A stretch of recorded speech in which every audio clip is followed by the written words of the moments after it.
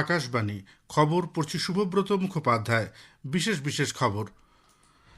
গুরুত্বপূর্ণ দপ্তরের মন্ত্রীদের নিয়ে গতকাল দিল্লিতে এক বৈঠকে প্রতিরক্ষামন্ত্রী রাজনাথ সিং পশ্চিম এশিয়ার পরিস্থিতি নিয়ে সক্রিয়, সমন্বিত ও দূরদর্শী দৃষ্টিকোণের উপর জোর দিতে বলেছেন।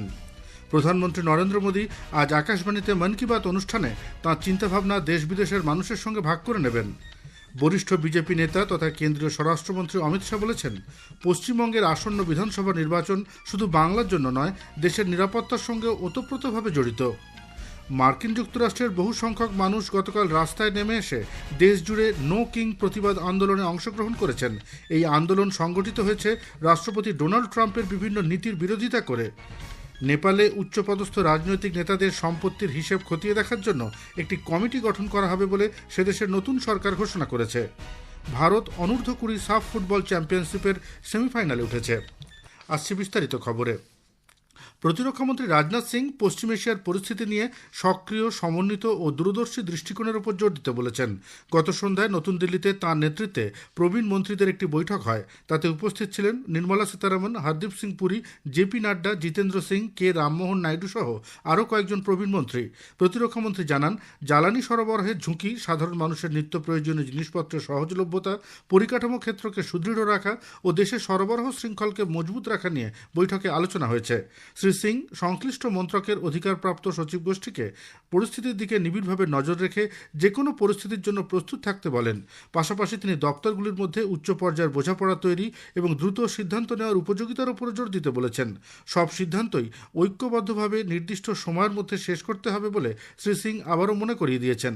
তিনি জনসাধারণের সুবিধার্থে সংশ্লিষ্ট মন্ত্রকগুলির সমস্ত পদক্ষেপ ও নতুন তথ্য ও নির্দেশাবলী এমআইবি হোয়াটসঅ্যাপ চ্যানেলে আপলোড করার জন্য মন্ত্রীদের অনুরোধ করেছেন। তিনি আরও বলেন, ভুয়ো খবর যাতে না ছড়ায় সেদিকে বিশেষভাবে নজর দিতে হবে, যাতে দেশের নাগরিকরা বিভ্রান্ত না হন। গুজরাটের ওয়াদিনার বন্দরে এলপিজি বোঝাই আরও একটি পণ্যবাহী জাহাজ এসে পৌঁছেছে। জগবসন্ত নামের এই জাহাজটি 47,000 মেট্রিক টন এলপিজি নিয়ে কুয়েত থেকে রওনা হয়েছিল। যাত্রাপথে জাহাজটি অত্যন্ত সতর্কতার সঙ্গে স্পর্শকাতর হরমুজ প্রণালী অতিক্রম করে সফলভাবে ভারতীয় উপকূলে পৌঁছেছে। মোট এলপিজির মধ্যে 17,000 মেট্রিক টন পাঠানো হবে কান্ডালা বন্দরে। বাকি অংশ মুম্বাই এবং নিউ ব্যাঙ্গালোর বন্দরে সরবরাহ করা হবে। এর ফলে দেশের পশ্চিম ও দক্ষিণ অংশে রান্নার গ্যাসের যোগান স্বাভাবিক থাকবে বলে আশা করা হচ্ছে। এই বিষয়ে দীনদয়াল পোর্ট অথরিটির চেয়ারম্যান সুশীল কুমার সিং সংবাদ মাধ্যমকে জানিয়েছেন, जग वसंत वाड़ीनार में है।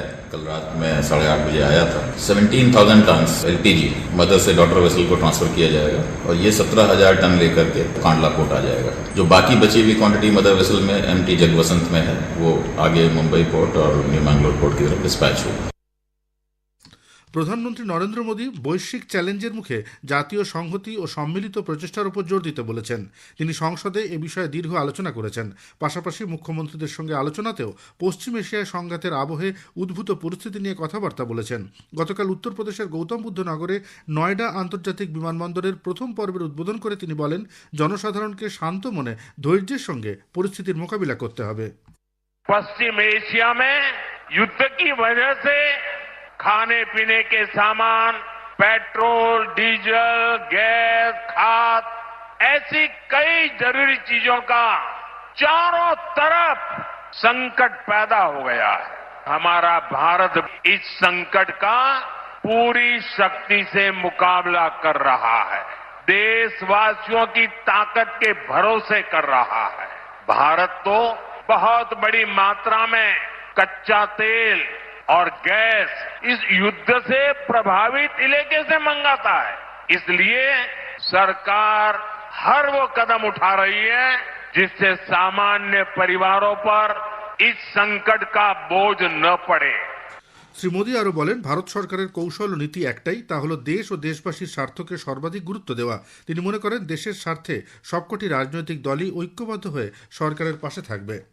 প্রধানমন্ত্রী নরেন্দ্র মোদী আজ আকাশবাণীতে মন কি বাত অনুষ্ঠানে দেশ বিদেশের মানুষের সঙ্গে তাঁর চিন্তাভাবনা ভাগ করে নেবেন। এটি হবে মাসিক এই বেতার অনুষ্ঠানের 132তম পর্ব। আকাশবাণী ও দূরদর্শনের সবকটি চ্যানেলে সকাল 11টা থেকে এই অনুষ্ঠান শোনা যাবে। আকাশবাণীর সংবাদ website, news on AIR mobile app, Akashvani ও দূরদর্শনের সংবাদ বিভাগ, প্রধানমন্ত্রীর দপ্তর ও তথ্য ও সম্প্রচার মন্ত্রকের ইউটিউব চ্যানেলেও অনুষ্ঠানটি শোনা যাবে। বরিষ্ঠ বিজেপি নেতা কেন্দ্রীয় স্বরাষ্ট্রমন্ত্রী অমিত শাহ বলেছেন, আসন্ন বিধানসভা নির্বাচন শুধু বাংলার জন্য নয়, দেশের নিরাপত্তার সঙ্গে ওতপ্রোতভাবে জড়িত।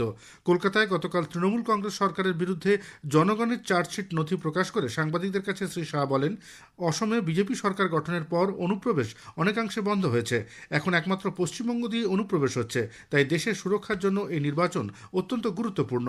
এসআইআর নিয়ে তৃণমূল কংগ্রেসের কড়া সমালোচনা করে শ্রী শাহ বলেন, দেশের অন্যান্য রাজ্যে শান্তিপূর্ণভাবে এসআইআর হলেও একমাত্র পশ্চিমবঙ্গে এমন পরিস্থিতি তৈরি হয়েছে যে সুপ্রিম কোর্টকে জুডিশিয়াল অফিসার নিয়োগ করতে হয়েছে। পশ্চিমবঙ্গে এসআইআর প্রক্রিয়ায় তৃতীয় অতিরিক্ত তালিকা প্রকাশ করেছে নির্বাচন কমিশন। গতরাতে এই তালিকা প্রকাশ করা হয়। তবে নিষ্পত্তি হওয়া কতজন ভোটারের নাম এই তৃতীয় অতিরিক্ত তালিকায় রয়েছে তা আলাদাভাবে প্রকাশ্যে আসেনি। খবর শুনছেন আকাশবাণী থেকে। আমাদের সংবাদ শোনা যাবে ইউটিউব চ্যানেল আকাশবাণী সংবাদ বাংলা, ফেসবুক ও ইনস্টাগ্রাম আকাশবাণী সংবাদ কলকাতা এবং এক্স হ্যান্ডেল AIR নিউজ কলকাতাতে। মার্কিন যুক্তরাষ্ট্রের বহু সংখ্যক মানুষ গতকাল রাস্তায় নেমে এসে দেশ জুড়ে নো কিং প্রতিবাদ আন্দোলনে অংশগ্রহণ করেন। এই আন্দোলন সংগঠিত হয়েছে রাষ্ট্রপতি ডোনাল্ড ট্রাম্পের বিভিন্ন নীতির বিরোধিতা করে। আন্দোলনকারীরা জানিয়েছেন, ইরানের সঙ্গে সাম্প্রতিক যুদ্ধ পরিস্থিতিতে দেশের জীবন ধারণের খরচ অনেকটাই বেড়ে গেছে। এর ফলে ক্ষতিগ্রস্ত হচ্ছেন সাধারণ নাগরিকরা। মার্কিন যুক্তরাষ্ট্রের এক উপকূল থেকে অন্য উপকূল পর্যন্ত বিস্তৃত ছিল এই আন্দোলন। বড় শহর তো বটেই, ছোট ছোট শহর ও গ্রামাঞ্চলেও বিক্ষোভ সমাবেশ ছড়িয়ে পড়েছে। বহু পুরনো রিপাবলিকান প্রভাবিত এলাকাতেও বিক্ষোভ ছিল চোখে পড়ার মতো। নিউ ইয়র্কে বিক্ষোভকারীরা মিউটাউন ম্যানহাটন থেকে বিশাল মিছিল বের করেন। তারা ট্রাম্প প্রশাসনের বিরুদ্ধে অভিবাসন নীতি ও ইরান যুদ্ধ সংক্রান্ত নানা ধরনের স্লোগান ও পোস্টার প্রদর্শন করেছেন। মার্কিন সেনাবাহিনীর কেন্দ্রীয় কমান্ড দুবাইয়ে তাদের ঘাঁটির ওপর ইরানের হামলার কথা অস্বীকার করেছেন। উল্লেখ্য, গতকাল ইরান জানিয়েছিল লুকোনো এই ঘাঁটিগুলিতে 500 মার্কিন সেনা ছিল।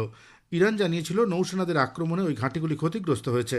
ইরানের সংবাদ সংস্থা জানিয়েছে, সেদেশের সেনাবাহিনীর মুখপাত্র হজরত খাতাম আল আনবিয়া জানিয়েছে, মোট 2টি লোকানো ঘাঁটির একটিতে 400 এবং অন্যটিতে 100 জন মার্কিন সেনা ছিল। ক্ষেপণাস্ত্র ও ড্রোনের আঘাতে সেগুলি প্রচণ্ডভাবে ক্ষতিগ্রস্ত হয়েছে। যদিও মার্কিন যুক্তরাষ্ট্র ইরানের এই দাবি মানতে নারাজ। নেপালের নতুন সরকার ঘোষণা করেছে 1990 থেকে 2026 সাল পর্যন্ত যেসব রাজনৈতিক নেতারা উচ্চ পদে আসীন ছিলেন তাদের সম্পদের হিসেব খতিয়ে দেখার জন্য একটি কমিটি গঠন করা হবে। প্রধানমন্ত্রী বলেন্দ্র শাহ গতকাল প্রশাসনিক সংস্কার সম্পর্কিত 100 পয়েন্টের একটি ঘোষণাপত্র প্রকাশ করেন। তিনি জানান, উচ্চপদস্থ রাজনীতিবিদদের সম্পত্তি বিষয়ক তদন্ত কমিটি 15 দিনের মধ্যে গঠিত হবে। উল্লেখ্য, জেন জি আন্দোলনের জেরে পদত্যাগী প্রধানমন্ত্রী KP শর্মা ওলিকে গতকালই গ্রেপ্তার করা হয়। জেনেভায় রাষ্ট্রসংঘের মানবাধিকার পরিষদের চলতি অধিবেশনে সদস্যরা পাকিস্তানে মানবাধিকার লঙ্ঘনের বিষয়ে উদ্বেগ প্রকাশ করে সেদেশকে দেওয়া বিশেষ বাণিজ্য মর্যাদা আরও নিবিড়ভাবে পর্যালোচনার আহ্বান জানিয়েছেন।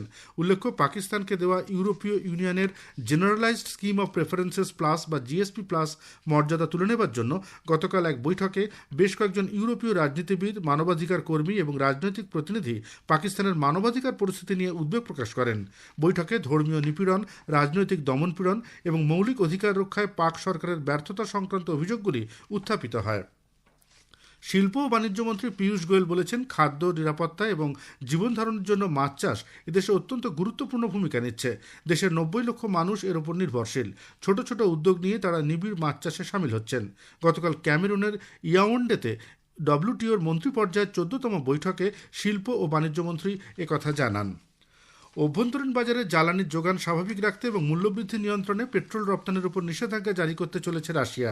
আগামী 1 এপ্রিল থেকে পরিশোধিত পেট্রোল রপ্তানি নিষিদ্ধ করার জন্য রাশিয়ার উপপ্রধানমন্ত্রী আলেকজান্ডার নোভাক জ্বালানি মন্ত্রককে নির্দেশ দিয়েছেন।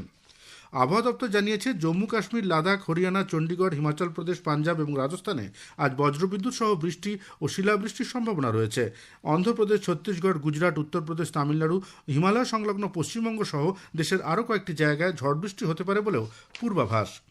ভারত অনূর্ধ্ব 20 সাফ ফুটবল চ্যাম্পিয়নশিপের সেমিফাইনালে উঠেছে।